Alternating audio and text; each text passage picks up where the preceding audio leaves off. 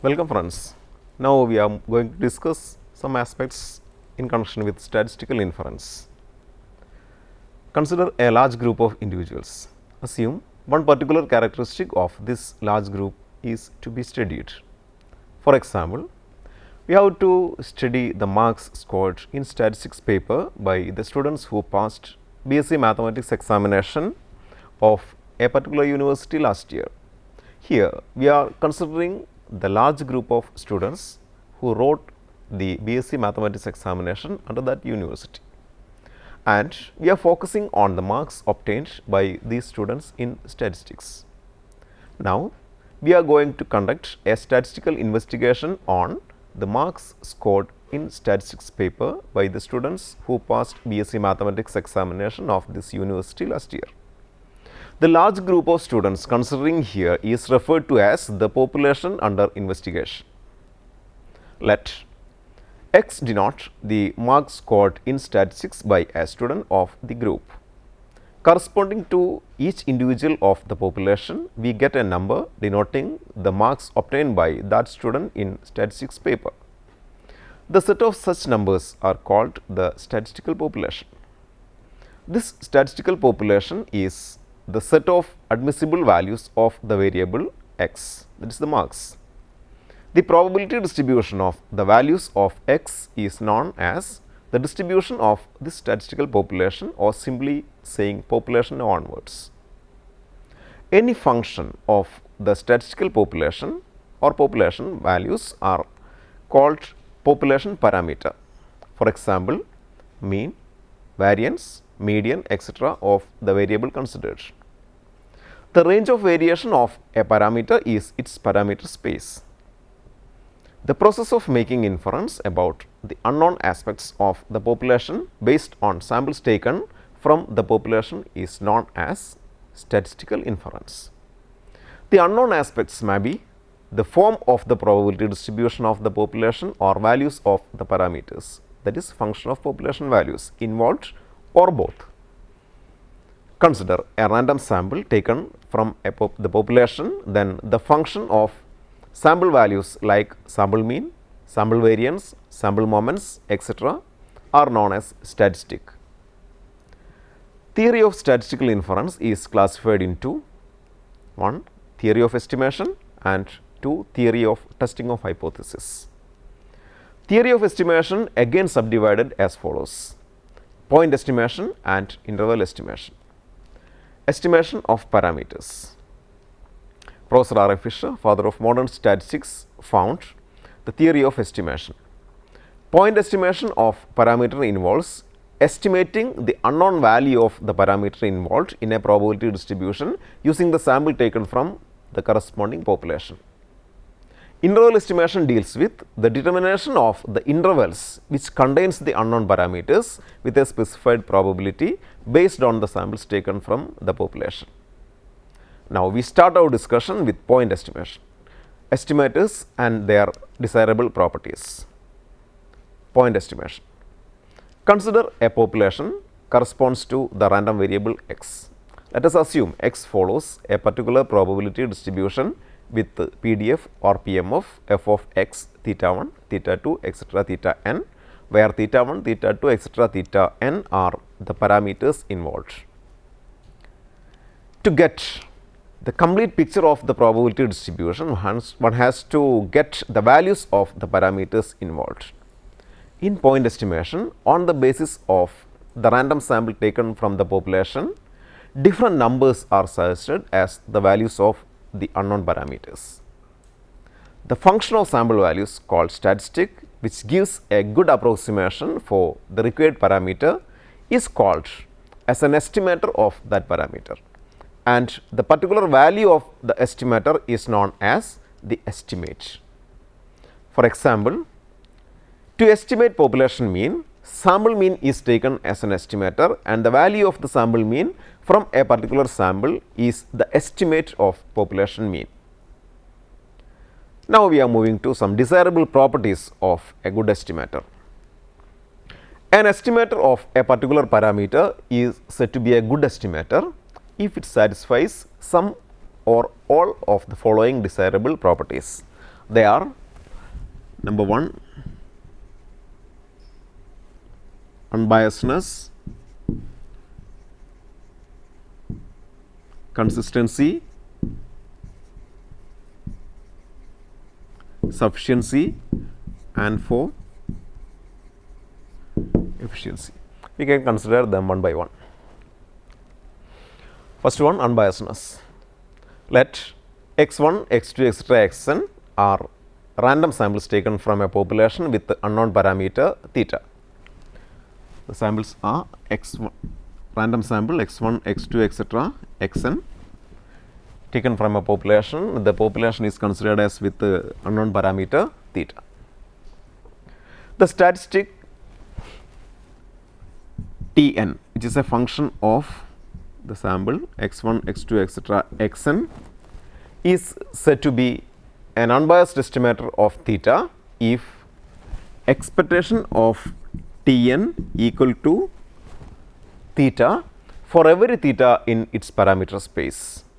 When expectation of Tn not equal to theta, the estimator Tn is said to be a biased estimator of theta, and the bias in Tn is denoted by expectation of Tn minus theta. If expectation of Tn minus theta, that is bias, is greater than 0, Tn is called a positive biased estimator of theta, and if expectation of Tn minus theta is less than 0, Tn is called a negative biased estimator of theta. When the bias becomes 0, then the estimator becomes unbiased estimator. We can consider some cases.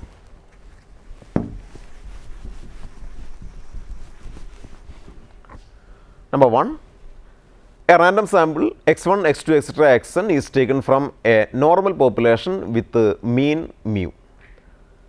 Now, we want to show that the sample mean x bar is an unbiased estimator of the parameter mu.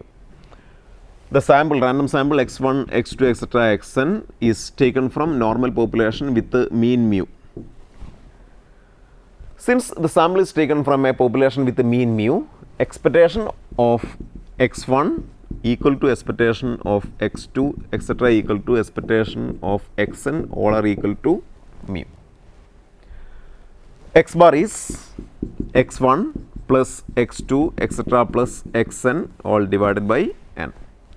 Now, we can consider what is expectation of x bar. Expectation of x bar is equal to expectation of x1 plus x2, etc., plus xn, all divided by n, that is equal to 1 by n into expectation of x1 plus x2, etc., plus xn. But that is 1 by n into expectation of x1 plus expectation of x2, etc., plus expectation of xn.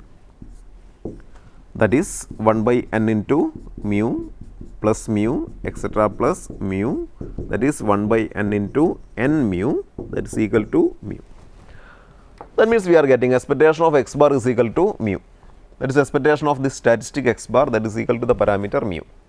So, we can conclude the sample mean x bar is an unbiased estimator of the parameter mu.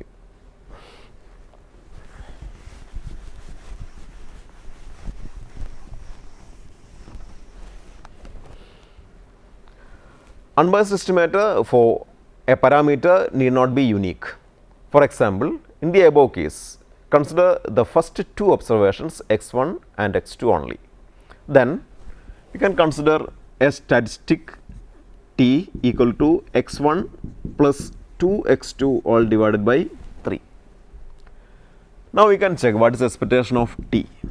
Expectation of t is equal to expectation of x1 plus 2x2 all divided by 3, that is 1 by 3 into expectation of x1 plus 2 into expectation of x2, that is 1 by 3 into mu plus 2 into mu, that is 1 by 3 into 3 mu, that is nothing, that is equal to mu. Again, we are getting expectation of this statistic x1 plus 2x2 all divided by 3 is equal to mu. That means x1 plus 2x2 all divided by 3, which is t, is again an unbiased estimator for the parameter mu. In some cases, there may not exist an unbiased estimator for a parameter, but in some cases there may exist only one unbiased estimator for a parameter. If there exists more than one unbiased estimator for a parameter, there exist uncountable unbiased estimators for that parameter. So, we can establish it like, consider T1 and T2 are two unbiased estimators for the parameter theta. Let us consider a real number alpha such that 0 less than alpha less than 1. Now, let alpha into T1 plus 1 minus alpha into T2, let it be T. T equal to alpha into T1 plus 1 minus alpha into T2, which is a convex linear combination of T1 and T2. We can consider expectation of T. Here we can show this T is also an unbiased estimator for the parameter theta. That means when the alpha varies, we are getting uncountably many unbiased estimators for the parameter theta. So, before we can prove this T for a given alpha, this T is an unbiased estimator for the parameter theta. Expectation of T is expectation of alpha into T1 plus 1 minus alpha into T2, that is alpha into expectation of T1 plus 1 minus alpha into expectation of T2, that is alpha into mu plus 1 minus alpha into mu, that is equal to alpha into mu and minus alpha into mu getting cancelled. Finally, we are getting mu, which means if T1 and T2 are two unbiased estimator, we are considering already considered the parameter theta. Now, if expectation of T1, that is equal to theta, and expectation of T2 that is not equal to mu, that is equal to theta. Finally, we are getting expectation of T is equal to theta. That means, if T1 and T2 are two unbiased estimators of the parameter theta, expectation of T1 theta, expectation of T2 theta, and if T is equal to alpha into T1 plus 1 minus alpha into T2, which is a linear combination, convex linear combination of this T1 and T2, then T is also an unbiased estimator for the parameter theta. When alpha varies, we are getting uncountably many unbiased estimators for this parameter theta.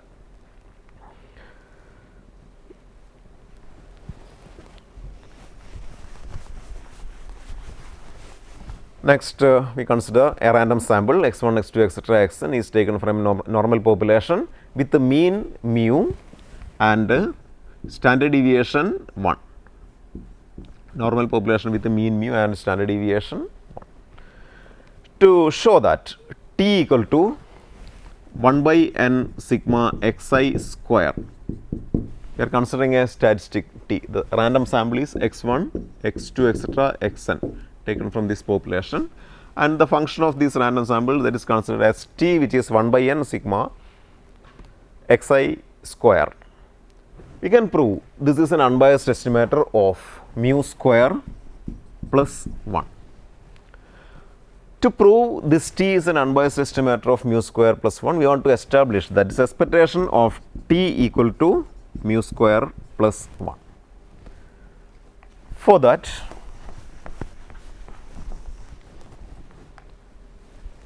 expectation of T equal to expectation of 1 by n into sigma xi square, that is 1 by n into expectation of sigma xi square for I from 1 to n, summation I from 1 to n, that is equal to 1 by n into expectation of x1 square plus x2 square etc. plus xn square. Here the sample, random sample is taken from the normal population with the mean mu and standard deviation 1. This implies expectation of xi equal to mu and variance of xi equal to 1 square, that is again 1 for I equal to 1, 2 etc. n. Since we know variance of xi is expectation of xi square minus expectation of xi the whole square, that is equal to 1. This implies expectation of xi square minus, we have expectation of xi is equal to mu, mu square equal to 1. or this implies expectation of xi square is equal to 1 plus mu square for I equal to 1 to etc. n. This gives expectation of t equal to 1 by n into here expectation of x1 square plus x2 square etc. plus xn square, that is 1 by n into expectation of x1 square plus expectation of x2 square etc. plus expectation of xn square. So, that is 1 by n into expectation of x1 square is 1 plus mu square, expectation of x2 square is also 1 plus mu square etc. plus expectation of xn square is also 1 plus mu square. So, this implies 1 by n into n times we are adding the constant 1 plus mu square, that is n into 1 plus mu square, cancelling n we are getting 1 plus mu square or mu square plus 1. That means expectation of t is equal to mu square plus 1. This gives t is an unbiased estimator of the parameter mu square plus 1, unbiased estimator of mu square plus 1. Now,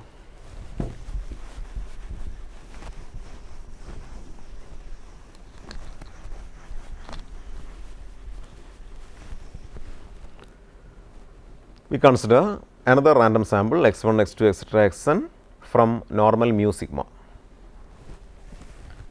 x1, x2, etc. xn from normal population with the mean mu and standard deviation sigma. We can prove the sample variance S square is a biased estimator of the population variance sigma square. For that, we want to prove expectation of S square is not equal to sigma square. If expectation of S square equal to sigma square, we will say S square sample variance is a biased estimate. That is not the case. Here we can prove expectation of S square not equal to sigma square, and then we are saying S square is not an unbiased estimator. S square is a biased estimator of the population variance sigma square. For that, we can prove this result as follows. S square is considered as the sample variance, then the sample are here samples are random sample is taken from normal population with the mean mu and standard deviation sigma. Hence, we know n into S square divided by sigma square. This follow the chi-square distribution with the n minus 1 degrees of freedom. N square by sigma square follow chi-square distribution with the n minus 1 degrees of freedom. For a random variable following chi-square distribution with the n degrees of freedom, we know if x follow chi-square distribution with the n degrees of freedom, we know expectation of x is equal to n. So, here since n square by sigma square follow chi-square with n minus 1 degrees of freedom, expectation of n square divided by sigma square is equal to n minus 1. This gives expectation of S square is equal to n minus 1 divided by this n into sigma square. So, it is clearly we are getting the result expectation of S square not equal to sigma square, but expectation of S square is equal to n minus 1 divided by n into sigma square. So, now we can conclude S square is a biased estimator of the parameter sigma square. Okay. Now, since S square is a biased estimator of sigma square, we can measure what is the bias, what is the amount of bias.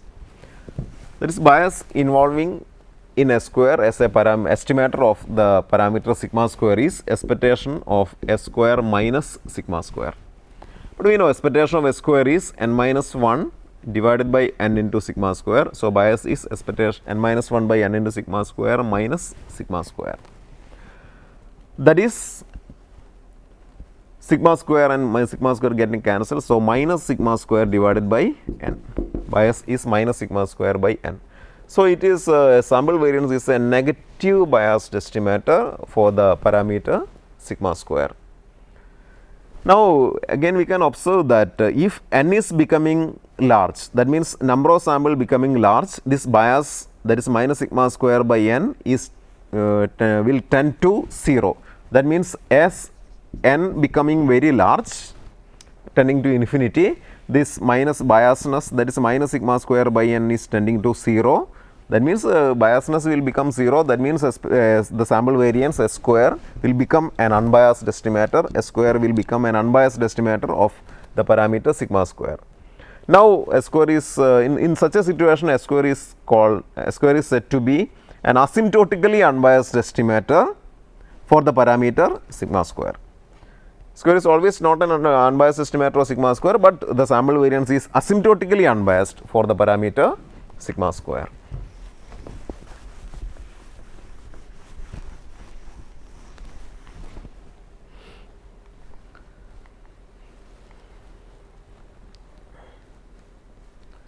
Now, next we consider random sample x1, x2, etc., xn.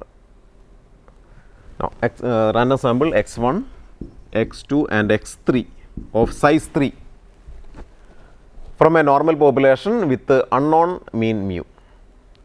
Consider the following estimators. Number 1, that is x1 plus x2 plus x3 all divided by 2.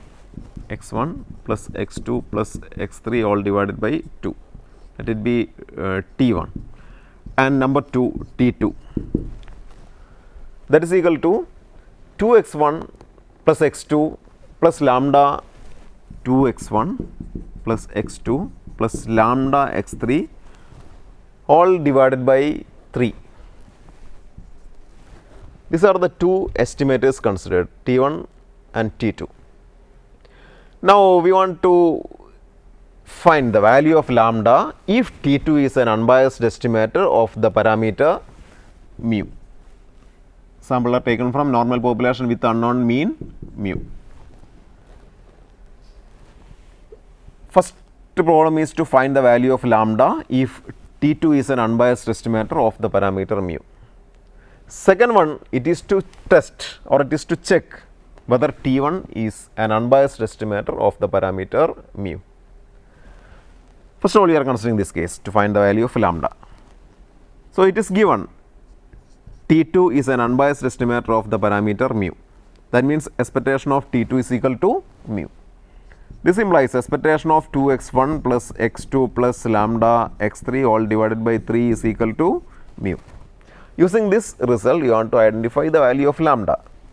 This implies 1 by 3 into expectation 2 times expectation of x1, that is 2 into expectation of x1, that is mu, plus expectation of x2 mu plus lambda into expectation of x3, that also mu, that is equal to mu. This gives us 1 by 3 into 2 mu plus mu plus mu into 2 plus 1 plus lambda, mu into 2 plus 1 plus lambda, that is equal to mu. This implies 1 by 3 into 3 plus lambda is equal to 1, or this implies 3 plus lambda is equal to 3. This gives us the value of lambda is 3 minus 3, that is equal to 0. That is, if t2 is an unbiased estimator of the parameter mu, we are getting the value of lambda as 0. Next, it is to test whether t1 is an unbiased estimator for the parameter mu or not. Again, we are finding expectation of t1. Expectation of t1 as before, expectation of t1 is expectation of x1 plus x2 plus x3 all divided by 2. That is 1 by 2 into mu plus mu plus mu, that is 3 divided by 2 into mu, that is not equal to mu. So, we will conclude t1 is a biased estimator of the parameter mu. Next,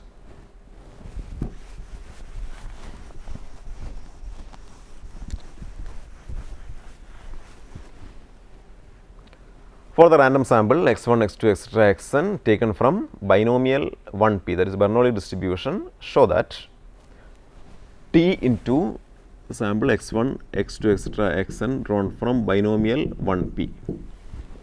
It is to show that t into t minus 1 divided by n into n minus 1, t into t minus 1 divided by n into n minus 1 is an unbiased estimator of p square.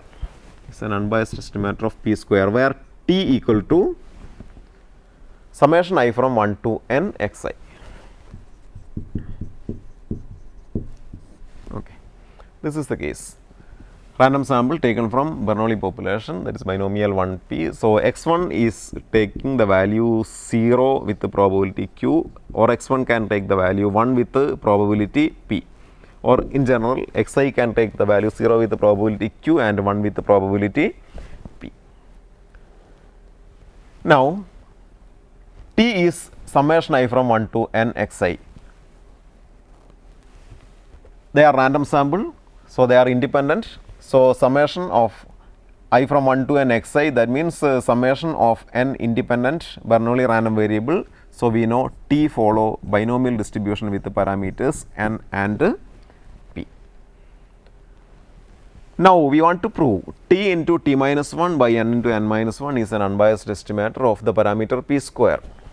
That means, it is to prove expectation of t into t minus 1 divided by n into n minus 1, that is equal to p square.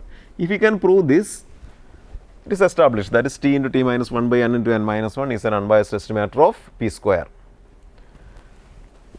Expectation of t into t minus 1 by n into n minus 1 is equal to expectation 1 by n into n minus 1 into expectation of t square minus t. That is equal to 1 by n into n minus 1 into expectation of t square minus expectation of t. That is 1 by n into n minus 1 into expectation of t square minus expectation of t. Here expectation of t square and expectation of t are to be calculated. But we know t follow binomial distribution with the parameter n and p. So, this implies expectation of t is nothing, that is n into p, and we know variance of t is equal to n into p into q. Variance of t is equal to expectation of t square minus expectation of t the whole square, that is equal to n into p into q. Therefore, expectation of t square is equal to n into p into q plus expectation of t the whole square, that is n square into p square. Now, we got expectation of t and expectation of t square, we can substitute it there. We are getting npq plus n square p square minus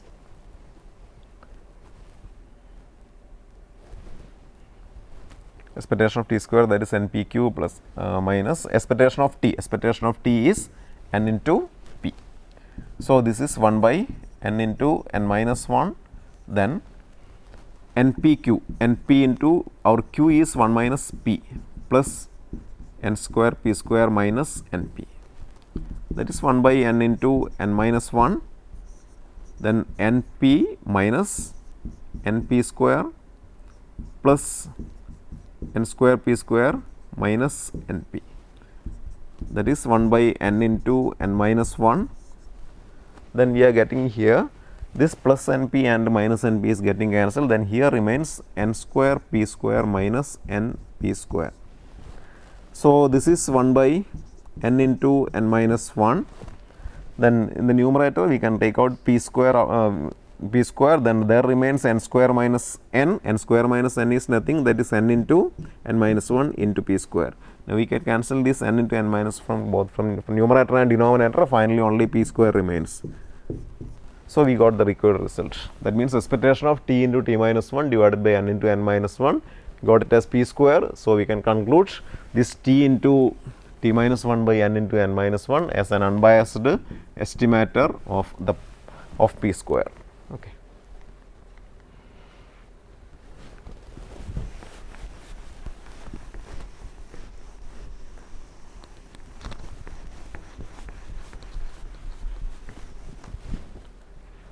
Now, for the random sample x1, x2, etc., xn taken from Poisson population with the parameter lambda, it is to obtain an unbiased estimator of e raised to minus lambda, sample x1, x2, etc., xn random sample taken from Poisson population with the parameter lambda, and it is to get an estimator, unbiased estimator for the parameter e raised to minus for e raised to minus lambda, to get an unbiased estimator for e raised to minus lambda. That means we want to get a statistic t with the expectation of t is equal to e raised to minus lambda. Okay. For that, consider a statistic t defined as follows: t equal to 1, we are defining it as follows: t equal to 1 if the first observation of the sample is 0, if the first observation of the sample is 0, and t equal to 0 otherwise, t equal to 0 otherwise. So, this is the statistic we established. T is equal to, t is the statistic which is equal to 1 if the first observation of the sample is 0 and equal to 0 otherwise. Now, we want to find expectation of this t. Then probability of the first observation of the sample is 0, that is equal to probability of first observation of the sample is 0, that is equal to e raised to minus lambda, lambda raised to 0 divided by 0 factorial, that is equal to e raised to minus lambda. This implies expectation of t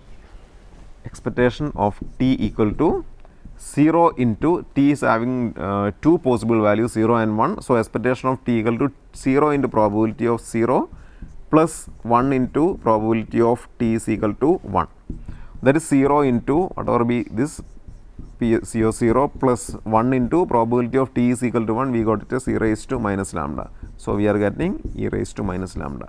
So, expectation of this t is equal to e raised to minus lambda, hence it is established this defined statistic t is unbiased for estimating e raised to minus lambda.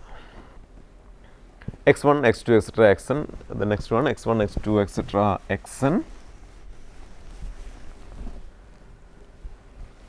A random sample of size n from normal mu sigma where mu is known. If t equal to 1 by n summation I from 1 to n modulus of xi minus mu, t equal to, this is taken from normal population with the mean mu and standard deviation sigma, t equal to 1 by n summation I from 1 to n modulus of xi minus mu. Here mu is known. Then to examine whether this t is unbiased estimator of sigma, to test whether this t is unbiased for the next parameter, that is sigma. For that, it is to check whether expectation of t is equal to sigma or not. Since x1, x2, etc. xn are taken from normal mu sigma, it is already proved that expectation of t that is equal to expectation of 1 by n summation I from 1 to n modulus of xi minus mu, that is nothing, that is equal to the mean deviation about mean,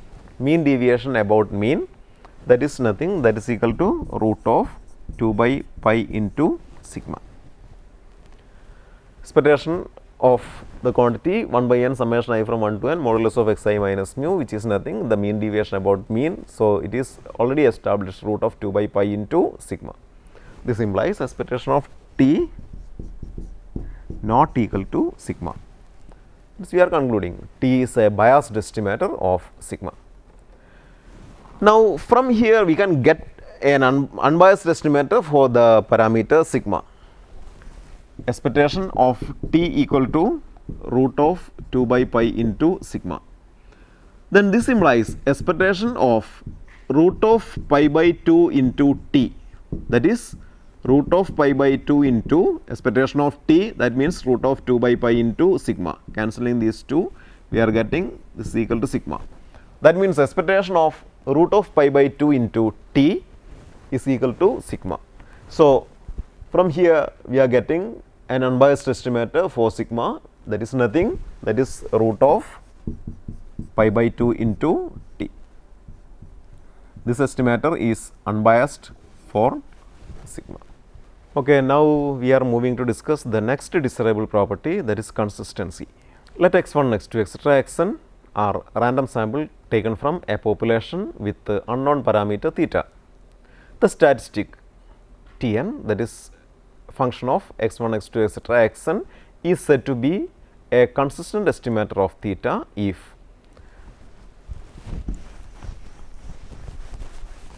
probability of modulus of Tn minus theta less than epsilon tend to 1 as n tend to infinity. In other words, Tn is a consistent estimator of theta if Tn converges to theta in probability, and it is denoted by Tn converges to theta in probability. More specifically, the probability of those errors between estimator and parameter will vary by more than a given amount approaches 0 as the sample size increases, or in other words, the more data we collect, a consistent estimator will be close to the real population parameter we are trying to measure. We can consider some examples. For the random sample x1, x2, etc. xn taken from normal mu sigma, show that the sample mean x bar is a consistent estimator of population mean mu.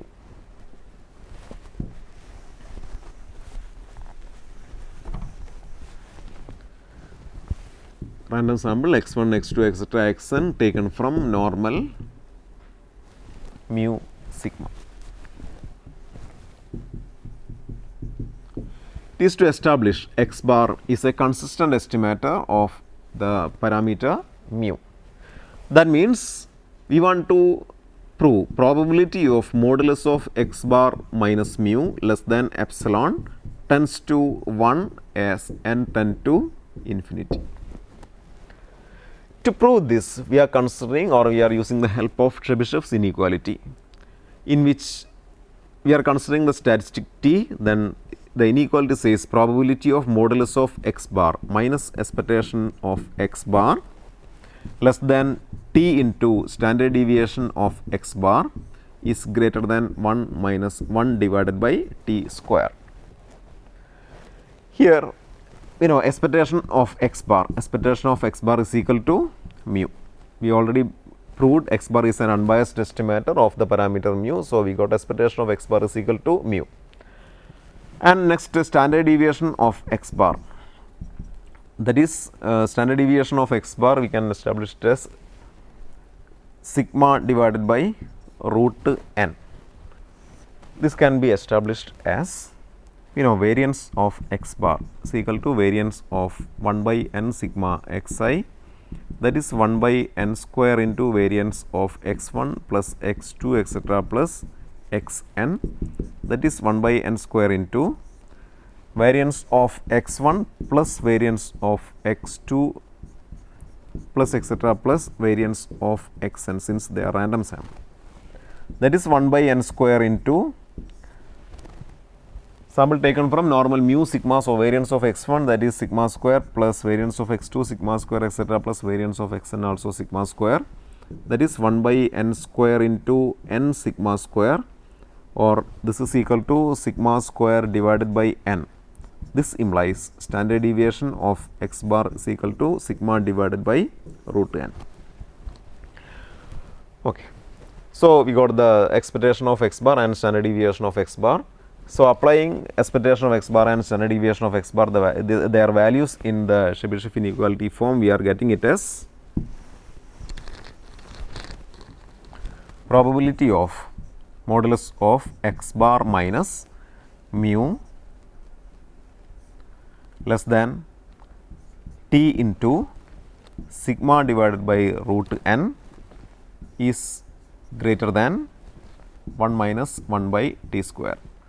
Let T into sigma divided by root n as epsilon. let epsilon is equal to t into sigma divided by root n. This implies t equal to epsilon into root n divided by sigma.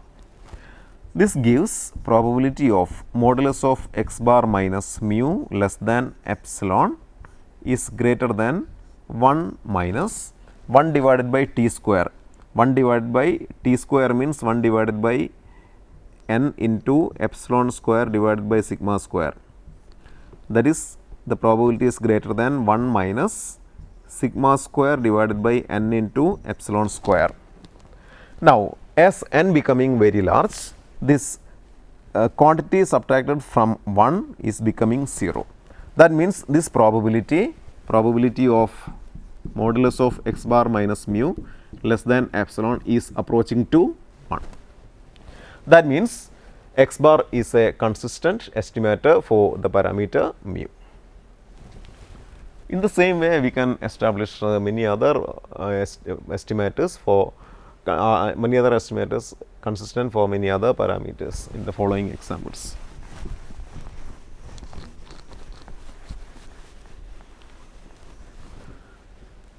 Next, we are considering a random sample x1, x2, etc. xn taken from Poisson population with the parameter lambda, and to show n into x bar divided by n plus 1. N into x bar divided by n plus 1 is a consistent estimator for the parameter lambda. Sample x1, x2, etc. xn taken from Poisson population with the parameter lambda, and this is the statistic considered. Now, we can first of all we can find expectation of n x bar divided by n plus 1, that is n by n plus 1 into expectation of x bar, that is n by n plus 1 into expectation of x1 plus x2 etc. plus xn, that is expectation of x1 plus x2 etc. plus xn all divided by n and n getting cancelled, that is 1 by n plus 1 into expectation of x1 plus expectation of x2 etc. plus expectation of xn. Since random sample taken from Poisson lambda, expectation of x1, expectation of x2 etc. expectation of xn all are equal to lambda. So, it is n lambda. So, we are getting expectation of n x bar by n plus 1 is n lambda divided by n plus 1. Next, variance of n x bar divided by n plus 1, that is n square by n plus 1 the whole square into variance of x bar, that is n square by n plus 1 the whole square into variance of x bar, that means 1 by n square into variance of x1 plus x2 etc. plus xn. So, here we are getting it as again cancelling n square and n square, this is 1 by n plus 1 the whole square, then variance of x1 plus x2 etc. plus xn. Since x1, x2 etc. xn are a random sample, variance of x1 plus x2 etc. plus xn is variance of x1 plus variance of x2 etc. plus variance of xn. Then variance of x1, variance of x2 etc. variance of xn all are equal to lambda, again we are getting n into lambda. So, it is n lambda divided by n plus 1 the whole square. Now, applying Chebyshev inequality for this statistic n x bar divided by n plus 1, we can write probability of modulus of n x bar divided by n plus 1 minus expectation of n x bar divided by n plus 1 less than t into standard deviation of n x bar divided by n plus 1 is greater than 1 minus 1 by t square. This implies probability of modulus of n x bar divided by n plus 1 minus expectation of n x bar by n plus 1, that is here n into lambda divided by n plus 1 less than t into standard deviation of n x bar divided by n plus 1, that is root of n lambda divided by n plus 1 is greater than 1 minus 1 by t square.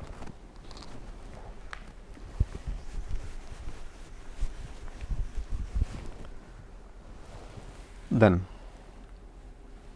as before, let epsilon is equal to t into root of n lambda divided by n plus 1.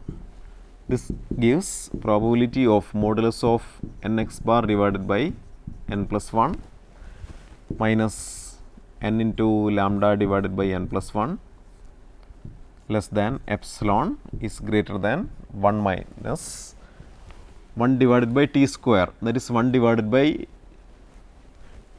here when we are substituting epsilon is equal to t in the root of n lambda divided by n plus 1, from there we got the value of t as epsilon into n plus 1 divided by root of n lambda. Hence, here is greater than 1 minus 1 by t square, this will become n lambda divided by epsilon square into n plus 1 the whole square. Now, as n becoming very large, this n lambda divided by n plus 1, that is n into lambda divided by n into 1 plus 1 by n, that is n lambda divided by n plus 1. Here n and n getting cancelled. So, as n become very large, this 1 by n tending to 0. So, this tends to lambda divided by 1, that is tends to lambda, and n lambda divided by epsilon square into n plus 1 the whole square, that is n lambda divided by epsilon square into n square into 1 plus 1 by n the whole square, that is equal to n lambda divided by epsilon square into n into 1 plus 1 by n the whole square. Here, as n becoming very large, this quantity is tending to 0. That means 1 minus n lambda divided by epsilon square into n plus 1 the whole square is tending to 1. This means probability of modulus of n x bar divided by n plus 1 minus lambda less than epsilon tends to 1 as n tend to infinity. So, we can conclude n x bar divided by n plus 1 is an unbiased, n x bar divided by n plus 1 is a consistent estimator for the parameter lambda.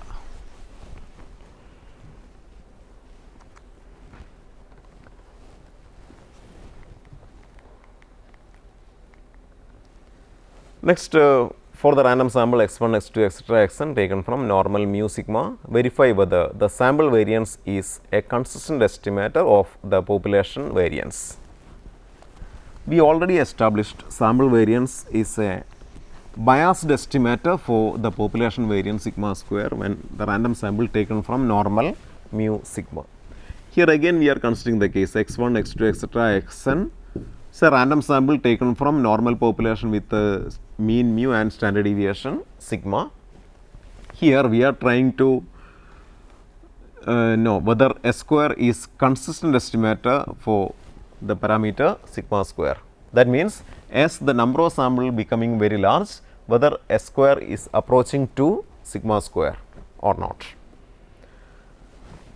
That means, if we can establish probability of modulus of S square minus sigma square less than epsilon tends to 1 as n tend to infinity, we can say S square is a consistent estimator of the parameter sigma square. So, for that we are considering the statistic S square, and for this S square the Chebyshev inequality implies probability of modulus of S square minus expectation of S square less than t into standard deviation of S square is greater than 1 minus 1 by t square. So, here to get expectation of S square and standard deviation of S square, we already got expectation of S square in the case of unbiased. When we are proving S square is a biased estimator of sigma square, there we proved expectation of S square is n minus 1 divided by n into sigma square.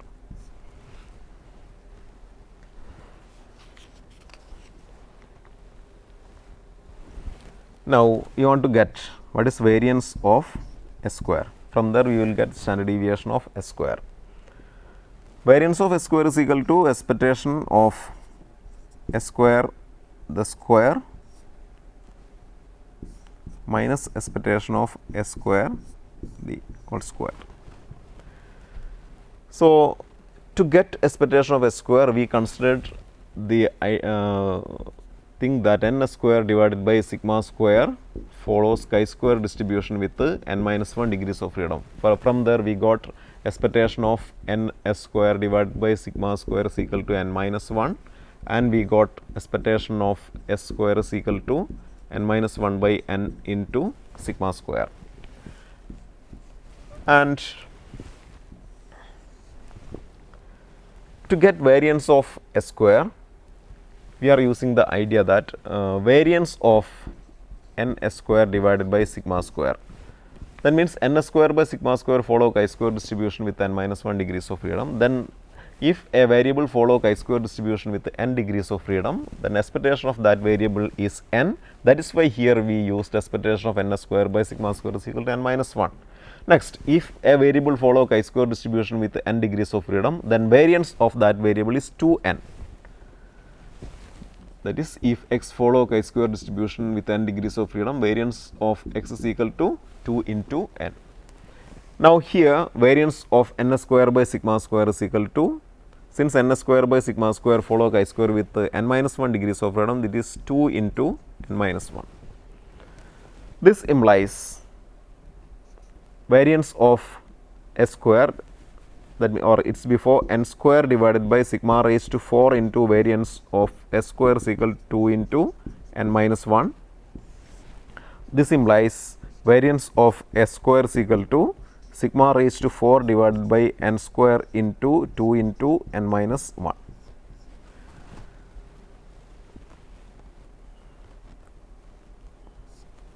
As before, variance of, we already written, variance of s square is equal to expectation of s square the square minus expectation of s square the whole square. No.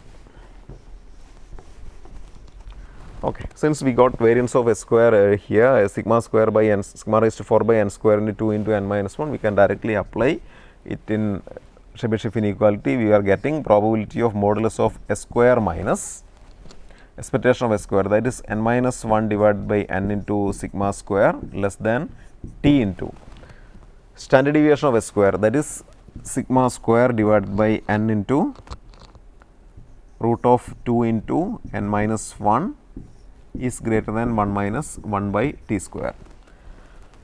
And as before, we are substituting this constant t into sigma square by n into root of 2 into n minus 1 as epsilon. That is, epsilon is equal to t into sigma square by n into root of 2 into n minus 1. This implies t is equal to epsilon divided by sigma square by n into root of 2 into n minus 1. From here, we are getting probability of modulus of s square minus n minus 1 by n into sigma square less than epsilon is greater than 1 minus 1 by t square, that is 1 minus 1 by this t square, that is 1 by n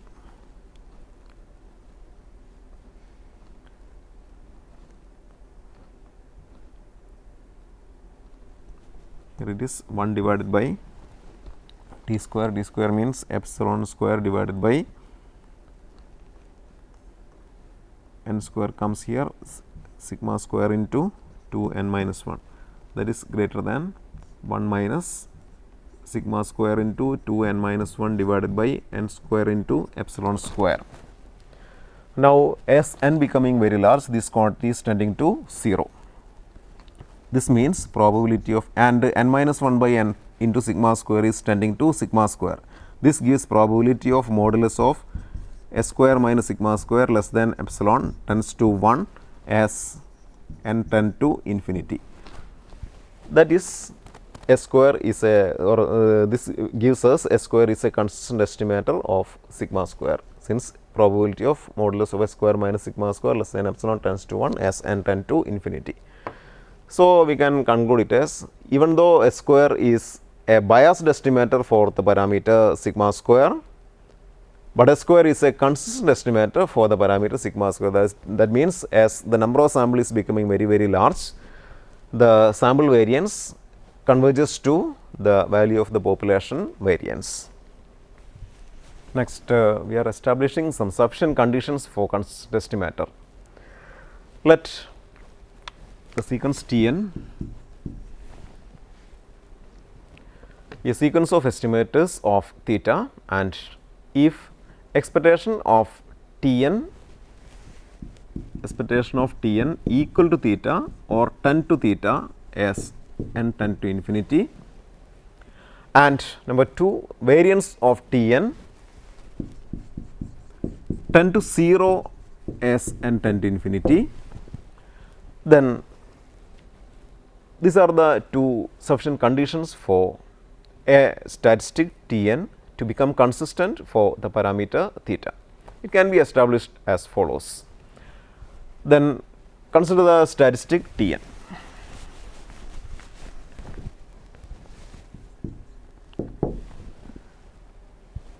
Then by Chebyshev inequality, probability of modulus of Tn minus expectation of Tn less than T into standard deviation of Tn is greater than 1 minus 1 by T square. Then here let us consider T into standard deviation of Tn as epsilon. Epsilon is equal to T into standard deviation of Tn. This implies T equal to epsilon divided by standard deviation of Tn, that is probability of modulus of Tn minus expectation of Tn less than epsilon is greater than 1 minus 1 by T square. So, 1 divided by epsilon square by standard deviation of Tn square, that becomes variance of Tn divided by epsilon square. Now, let us consider the conditions that we suggested. That means, the condition number 1, expectation of Tn equal to theta or expectation of Tn tend to theta as n tend to infinity, and variance of Tn tend to 0 as n tend to infinity. When we are applying these two conditions to this Chebyshev inequality, we are getting as n tend to infinity probability of modulus of Tn minus theta less than epsilon. Then second condition implies variance of Tn is tending to 0 as n tend to infinity. If variance of Tn tending to 0, the thing subtracted from 1 is getting lesser and lesser. That means 1 minus this quantity approaching to 1. So, this probability approaches to 1. Since we established this thing, that is as n tend to infinity, probability of modulus of Tn minus theta less than epsilon tends to 1, we can say Tn is a consistent estimator of the parameter theta. Tn is a consistent estimator of the parameter theta. So, because of these are the now we can say these are the two conditions for an estimator to become sufficient condition for an estimator to become consistent for parameter theta. One is expectation of Tn equal to theta or tend to theta as n tend to infinity, and variance of Tn tend to 0 as n tend to infinity. So far we discussed two desirable properties of an estimator. They are unbiasedness and consistency. Now, to discuss the next two desirable properties, they are sufficiency and efficiency. That is in next session. Hope you enjoyed this session. See you next time. Until then, goodbye.